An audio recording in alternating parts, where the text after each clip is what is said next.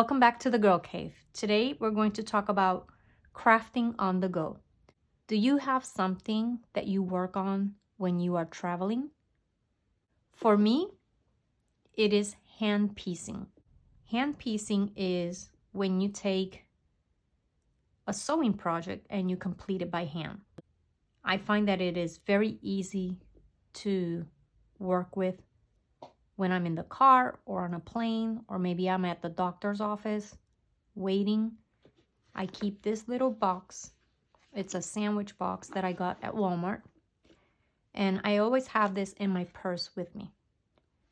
So what it is, this is my prayer quilt.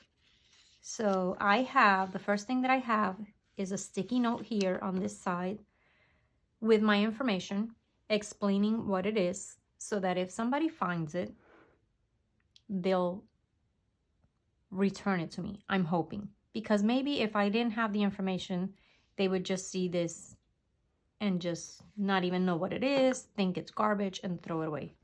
But this explains that it doesn't have any monetary value, but it has a lot of sentimental value for me. This is my prayer quilt. As I complete each of these flowers, I pray for a person, or sometimes I pray for a situation. I'm going to show you what I have in my box and how I complete this. And again, super easy, super compact, always in my bag. So I just open it. If I'm in the car or on a plane, I'll sit it on my lap and work from it. In here, I have a little pin cushion that has a little elastic, and I keep it on my finger. I keep thread. Now I have 2 spools of thread because this one is almost empty and I didn't want to run out. I have tiny pair of scissors, and I have taken these on the plane without any problem because they're really, I think these are like for cutting babies' nails. I don't know. It's really, really tiny. They're rounded, so I don't think anybody could do any damage with this. I have a leather thimble because sometimes if I've been sewing for a long time, the pads of my fingers will begin to hurt, so I use this to push the needle through. I keep paper hexagons that I have cut out and punch a hole in the middle, and I'll explain what the little hole is for. And then little pieces, little squares of fabric. You can take scraps of fabric and use your template and cut around them. What I normally do is I will cut a long strip of fabric, maybe 12 inches if it's leftovers, or 10 inches, whatever it is. And then I make sure that it's 2.5 inches wide, and I will wrap it around that little piece of cardboard and then cut the edges with the scissors. And I end up with like 6 or 8 of these at once. And then I put 6 together, and if I cut 7 or 8, the extra ones will go on the bottom side of this. So I use this to separate. These are not in sets of 6, but these are. So these that are not in sets of 6, I will use to make center of the flowers. And these, the set of 6, will be my petals because I need 6 petals for each flower. I also have a seam ripper. However, I don't use it for the seam ripper. I just use it so that I can keep in here an extra pin and an extra needle. So in here, I keep an extra pin and an extra needle. And I don't even know where I got this from. It's a tiny little cross. I hope you can see it there. It's a tiny little cross. So I keep it in here because, again, this is what I focus on when I'm praying as I'm working on these. Okay, so I keep that there. What else do I have here? I have fabric. I have one piece of, right here, this is 2.5-inch square. It's not perfect because this is old, but I use this as a template when I'm cutting out fabric for the hexagons. I know that's the size that I like to use. And then this little sticky note tells me how many more flowers I need to complete to reach my goal. My goal is to make this into a king-size quilt. So I need like 52 more of these finished flowers in order for it to be big enough to cover my king-size bed. All right, so I keep that there. And then these are already pre-made. For those days when I can't really see well, I have a needle threader, a cheap one, and a safety pin. Don't know why I have that there. Probably, it's always good to have a safety pin. Safety first, right? Okay, the papers. There is a company out there, I think they're called paperpieces.com, that sell these already made and cut out for you. They come in different sizes, different shapes. They have the hexagons, they have diamonds, different shapes because there's different patterns, many different patterns that you could use.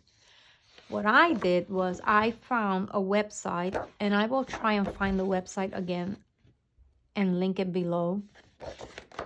Let's see, somethingpaper.net, but I will find the link and post it below in the comments. I printed it out from that website, completely free. And I printed on cardstock. And then after I printed the first one, I went and I made the dots at the corners a little bigger, a little darker, so that I could see them easily. And then I'll sit out and cut them out with scissors, cut each one out. And then I take a paper punch, a hole punch, and I punch a little hole in it. And the reason why I do that is because that way, when I'm making one, let's see, I started one here, the pink. Do I have any more pink? Yeah. What I'll do is I will place the hexagon right there in the middle, and notice that the fabric is a little bit bigger. Sometimes it's bigger on one side than others because at this point, I'm not very precise. It doesn't have to be precise. As long as you have at least 1/4 inch around each side, then it's good enough. I play with it so where I see that I have enough space, and then I'll take my pin and I will just take a little notch from the fabric so that they're held together, okay? So it's not gonna go anywhere. That allows me then to work on it. So I fold each side and I will sew this piece of fabric around until it is completely covered. And I'll show you exactly how that is. Then once I get to this point, I would take that pin out. The end will look like that. And then I take this little piece and I will sew them around another piece so that it looks like a flower. So I'm going to show you the process now. It's quite simple. Children can do this. It's very relaxing. So I'm just going to thread my needle right there. And I will tell you that I have, now that I am 53, I can't do anything without readers. But somehow I can still thread that needle. I think I just do it from memory. Okay, so my needle is threaded. I don't do double thread, I just do single, and I leave one little piece hanging. Okay. Okay, I realized I was completely out of frame, so I'm going to edit this part. I want to show you how I thread the needle. I take a single piece of thread, right? And I obviously thread the needle through the hole and I pull it out. And normally, at least when I learned how to sew, like we would make sure that both ends were even at the bottom and then tie a knot so that you were sewing with 2 strands of thread. However, since I've learned that 1 strand of thread is good enough, especially for this. So once I have the needle threaded, I'm going to take the end of the thread and place it, what would I say? Alongside the needle. And I'm holding the edge, the end of the thread, right here between my thumb and my index finger. And then I'm going to loop it around 1, 2, 3 times. Sometimes I go crazy and I do 5. And then notice I put that piece right again under my thumb and my index finger. And with my nails, I will pull all of them through all the way to the end until it locks and it forms a knot. Okay, I have 2 knots because I had already done it, but you don't need 2 knots. And it's a tiny little knot. See why these scissors are safe to take on a plane? They're not very good. You have a tiny little knot. Then I'll take my piece of fabric, my little square, and my hexagon paper.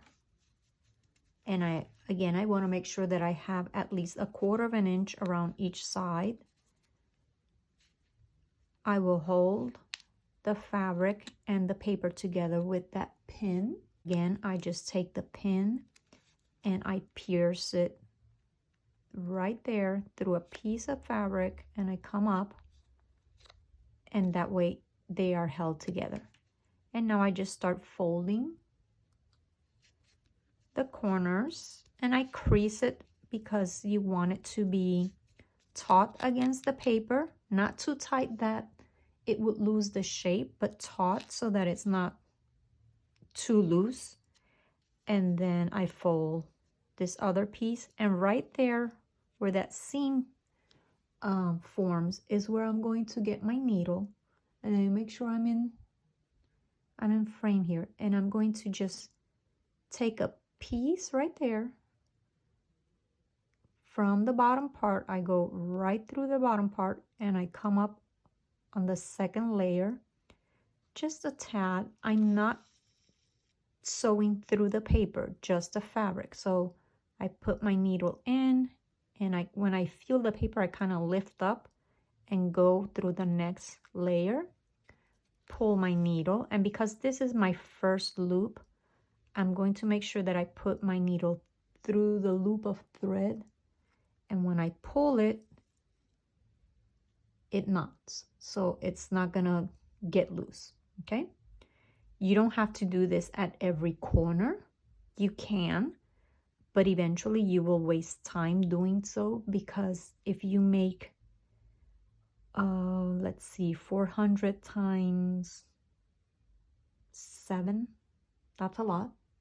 Okay, so each one, those little seconds add up.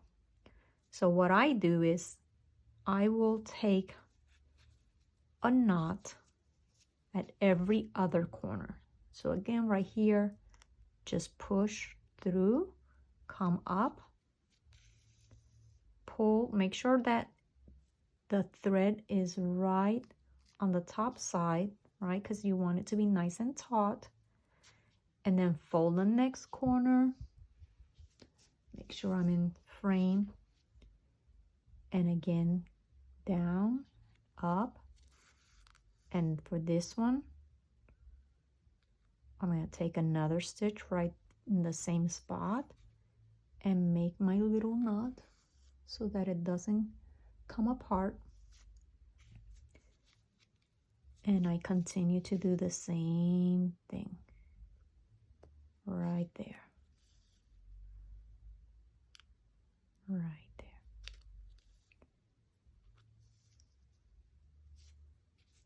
Come here, and this is my last flap, right? That's my last flap, so I'm gonna make sure that I do not leave that pin in there. Otherwise, someone's gonna get poked in the middle of the night.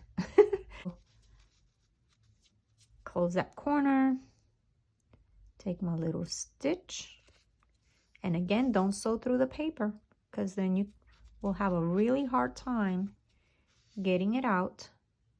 Not to mention, you're gonna ruin your needle. And then I'm gonna take my little last one, and I'm going to tie a knot there because it's the last one, and I don't want it to come unraveled. Now, you don't have to do a double knot because this is not the final product. I'm going to cut the thread right there.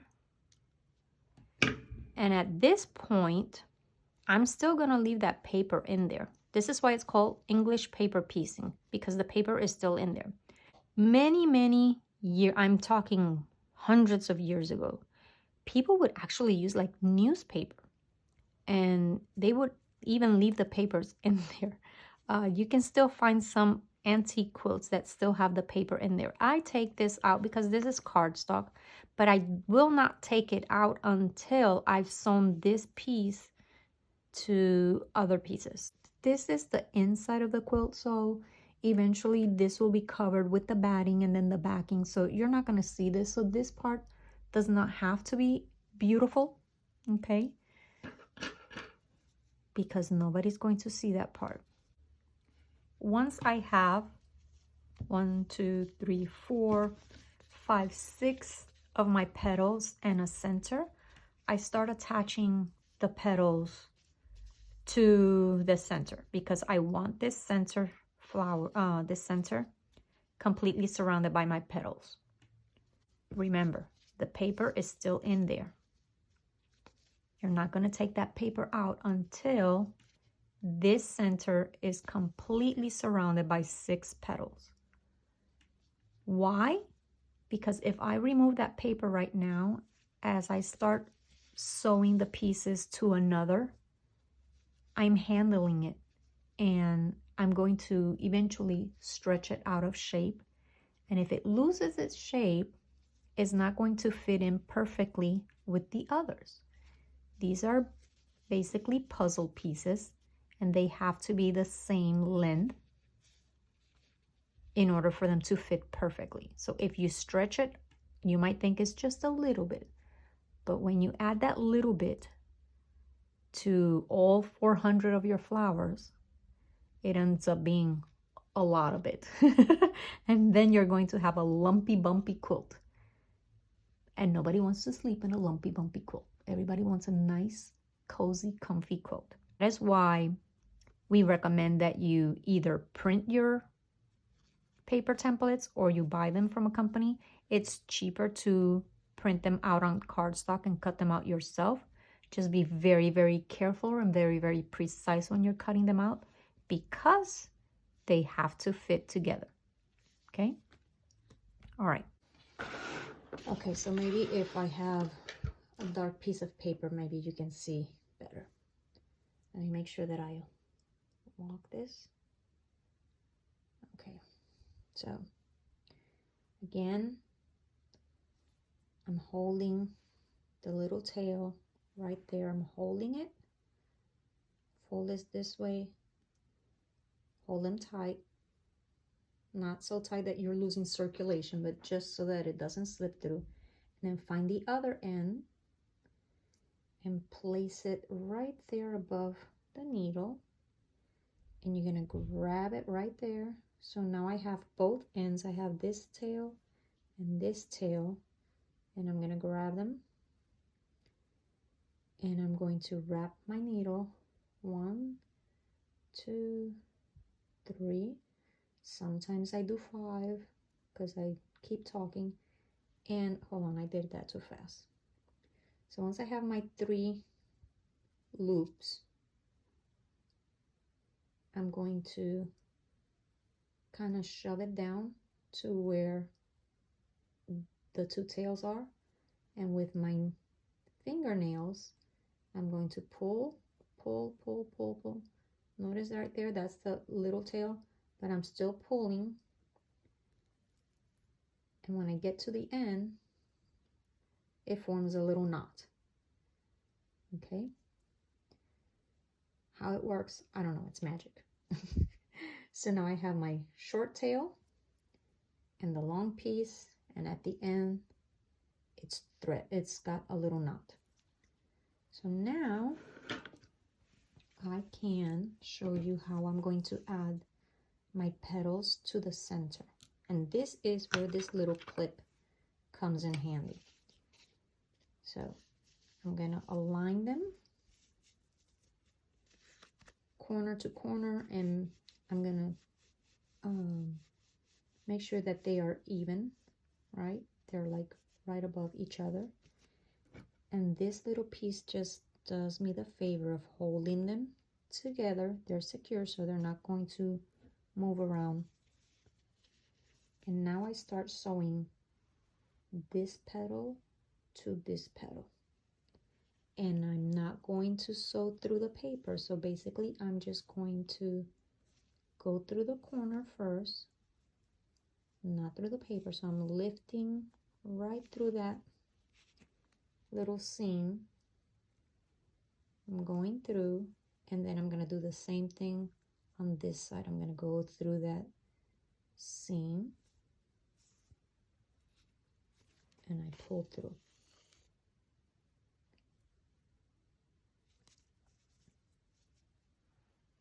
And I continue doing that. Grab the top.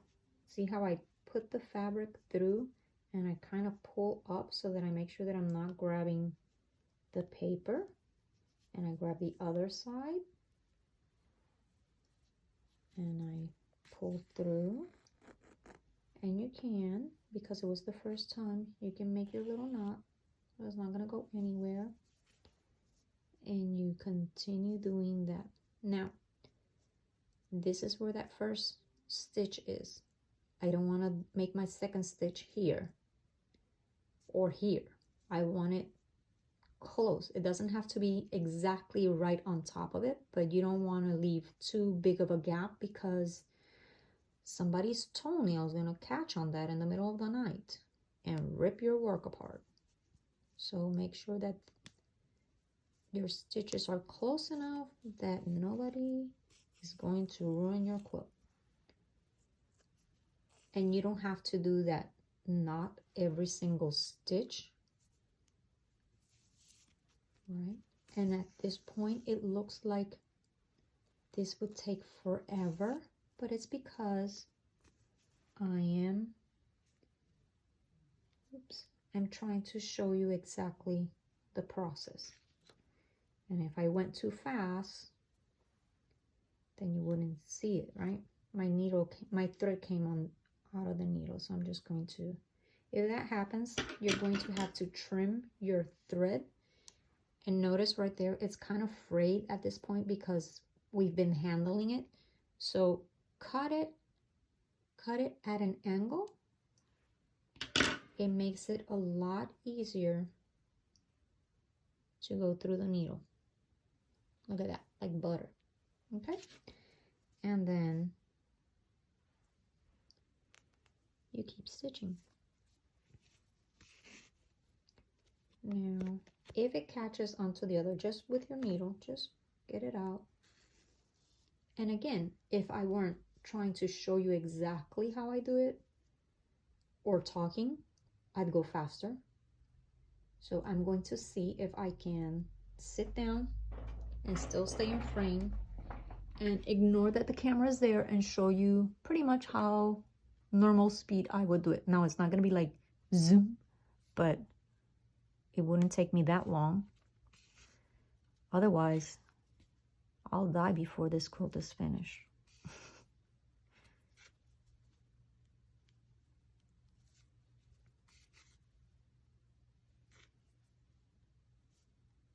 So this would be more or less my normal speed.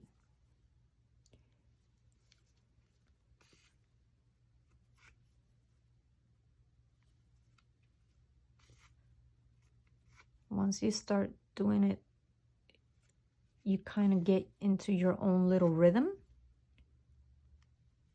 And as you master it, as you become more comfortable with it, your speed increases. So at the beginning, don't worry about your speed. Okay? Now right there, somehow I got a little knot. Is it a big deal? Not really, because again, this is the back side, but I'm trying to see if I can get it apart. Right there, I fixed it. Doesn't have to be precise, because again, this is the back of your quilt. This is not going to show. So now I can just open it, take another petal, and continue that process until I have all 6 petals on. Once I have all 6 petals on and that center is surrounded, I take the paper out. So see, if I didn't have that, how flimsy that would be, and it loses its shape, and then when I sew it to another piece, they wouldn't really match. So you want to make sure that you keep your papers on until they are completely surrounded so they don't lose their shape. Let's see. Now, if you look online, you'll see this is a pattern that's called Grandmother's Flower Garden. That's the name of the pattern.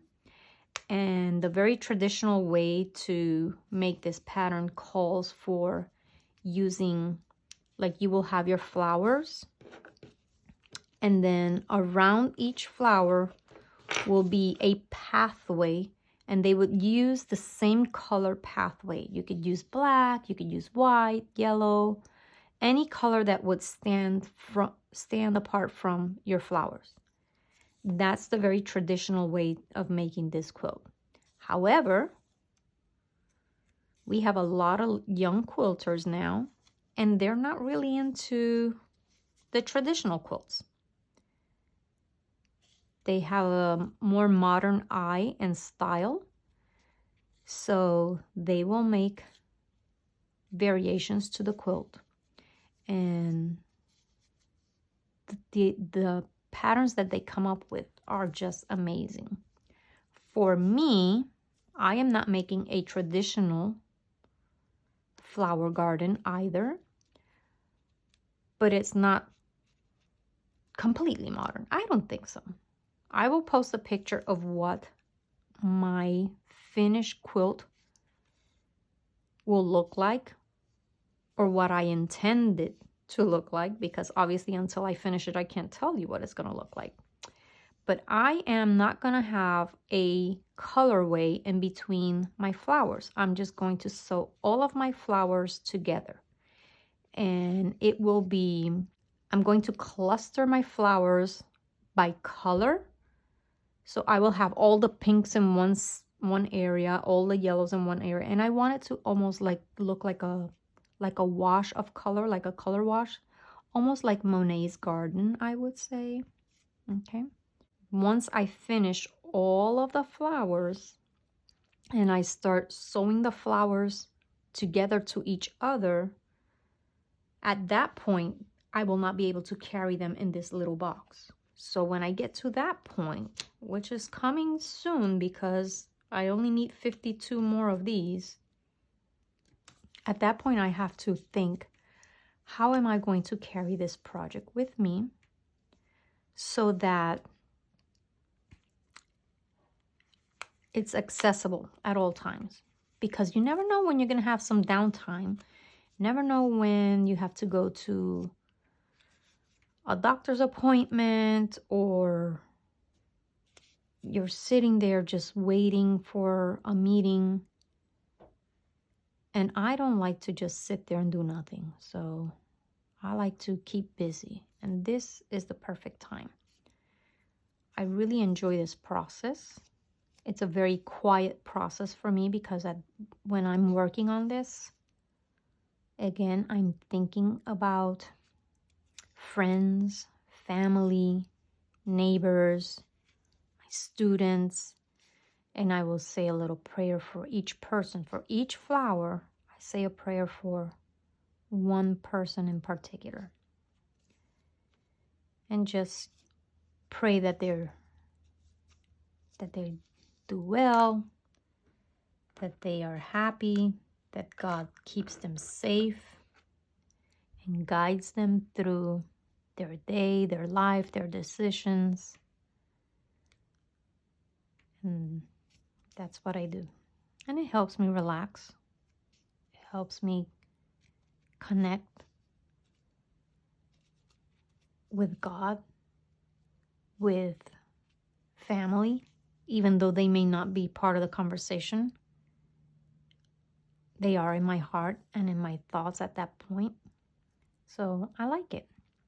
I feel like I'm doing a good thing by praying for them, and it makes me feel happy. It really does. And in the process, I'm making something beautiful. So when I finish this quilt, which will not be anytime soon, because I will tell you that each flower takes about an hour for me to complete all 7 petals and sew them all together and get them to the point like this. It takes me an hour for each flower. And for a king size quilt, I am estimating that I will need at least 400 of those flowers. So that's 400 hours just to make the top. Then I have to put batting in the middle. And batting is, I'll show you. I have a piece right here. Oh, if I can get it out. Okay, so this is what batting looks like. This is 100% cotton. Okay. And then on the back side, I would sew another piece of fabric. And then the quilting portion, the quilting part is when I sew through all 3 layers to attach the top, the batting, and the backing. Once that is done, then you do the edging so that you don't see this part. So that's when you'll see like another piece of fabric that goes from the top to the bottom, and that's called the binding. And that's the entire process of making a quilt. So that will take me a long time. But this is not a project that I have a deadline for. This is not a project that I'm working and I'm constantly thinking, I need to finish it, I need to finish it. This is a project that is just meant to be a journey of me praying. I'm not in any rush to finish it. We have seen how to create each petal by wrapping the piece of fabric around the cardstock and sewing these little seams closed. Then we took all of our petals and we started sewing them to the center, right? We put them right sides together, making sure that our corners met and that the edge was even. And then we would stitch from here to here. And we end up with a flower. And at that point, let's pretend that our cardstock was still in here. Right? We would pretend that it's still in there. And once I have all of the sides of the cardstock surrounded with my scissors, I would just use that little hole and pop the paper right out. And I could reuse this at least one more time. Now, at this point, I have to start sewing the petals together. And that is the reason why there's nothing in here, so that I can actually fold it and make sure that my petals match and are even right here. And I would sew from this corner to the outside like I did with this one. See, this one is sewed completely. And once I have sewn all of the sides together, I end up with a completed flower. And again, nothing in the center, but these still have the paper inside so that they don't lose the shape. They don't get all stretched out. At this point, once I have all of my 400 flowers made, I begin the process of putting the flowers together, sewing them together. And basically it's the same process. So I would decide which flower I want next to each other, and I would fit in the pieces of the puzzle and line up my edges. In this case, I want these two together because they're blue and I'm going to cluster all my colors together. So I decided that I was going to sew them together this way. So very carefully, I align my sides and I fold them together. So I'm gonna fold it like this. Make sure I don't get confused. And then I'm going to use my little paper clip to hold it. And I'm going to sew from this corner to this one. And I'll show you a little bit.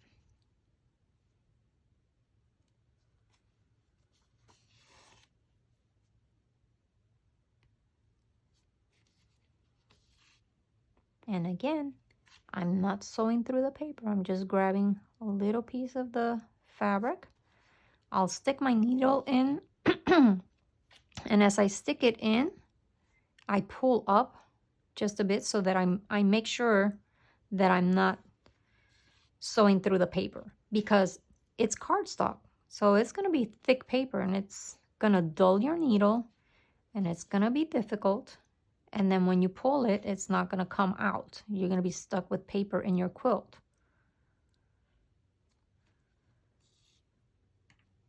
And I shall continue doing that until I have all 400 of my flowers sewn together.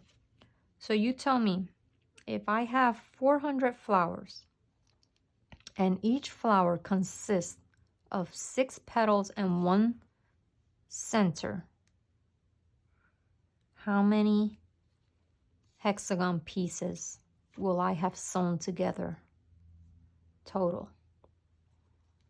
1 million gazillion trillion petals.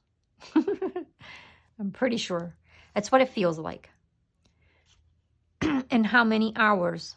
So if each flower takes me each flower, which is the whole thing, sewing all 6 petals to that one. First of all, making the petals and then sewing them together. So from beginning to end, each flower takes me an hour just to make the flowers. Then I'm going to have to add the time that it takes me. So that would be 400 hours, right? Then I have to figure out how long would it take me to sew one flower to the other flower.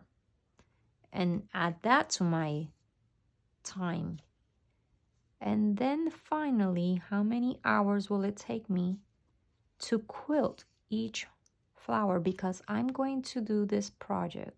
I will complete this project completely by hand. So I'm making the top by hand, and then I will do the hand quilting where I attach all 3 layers together. The top flowers to the batting to the backing. All of it will be done by hand. It will be covered in prayers for friends, for family, for students, for people in the world, countries. situations, all the little things that we pray for. Once I have that side together, they're attached, but I still need to sew this edge here and this edge here. So I would do the same process. And at this point, it becomes a little trickier because you're folding this paper just a little bit. It's bending just a little bit, not too much. But if I crease it at that point, it's fine. I'm creasing it in the middle. It's okay. What I don't want to stretch are the edges of my petals. And then I would sew from here to here, same way that we've done. And then I would do the other side, right? This is sewn. Then I would sew from here to here, from here to here. And then I would pick another flower and do the same process, okay? So I would add it right here. And now I would have to sew, let's put it down here so you can see. I would sew these two sides together, these sides together, these sides, these sides, these sides, and these sides. Once I attach these two sides and these two sides and these two sides, I could take the paper out of this one because it would be completely surrounded by others. And at that point, it won't get stretched out. And then I would add another flower and another flower and another flower until it is large enough to cover my king size bed. Okay, so the next thing I need to worry about is once I finish my 52 flowers and I get to the point where I start working on sewing them together, at that point they will not fit in my little box. They just won't fit in here. So I'm gonna need another container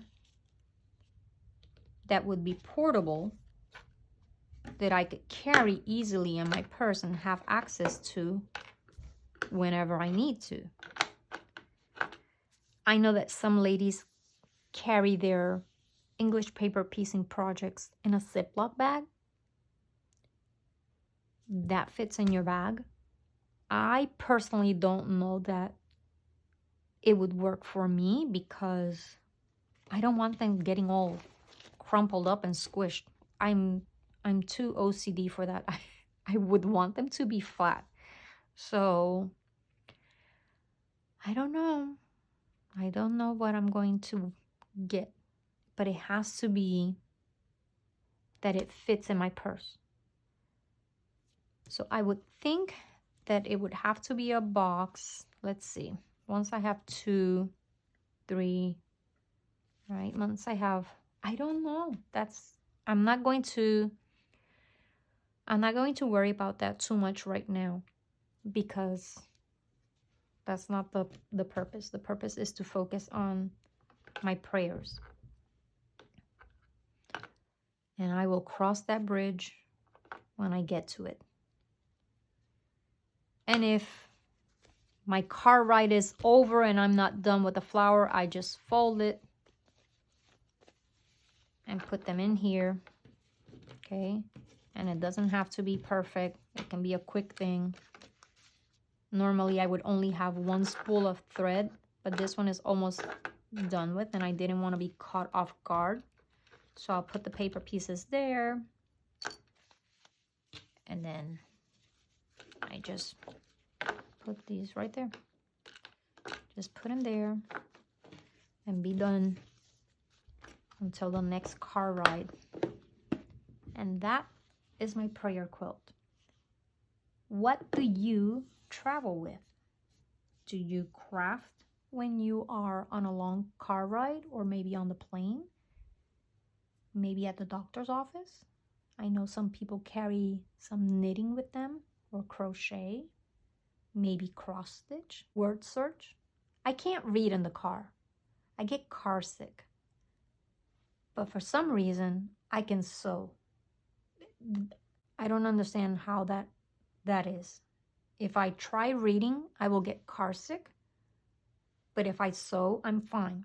And I'm focusing on that little, I don't understand how it works, but thank God it works. Thank God it works because I get a lot done. That's all for today. Bye.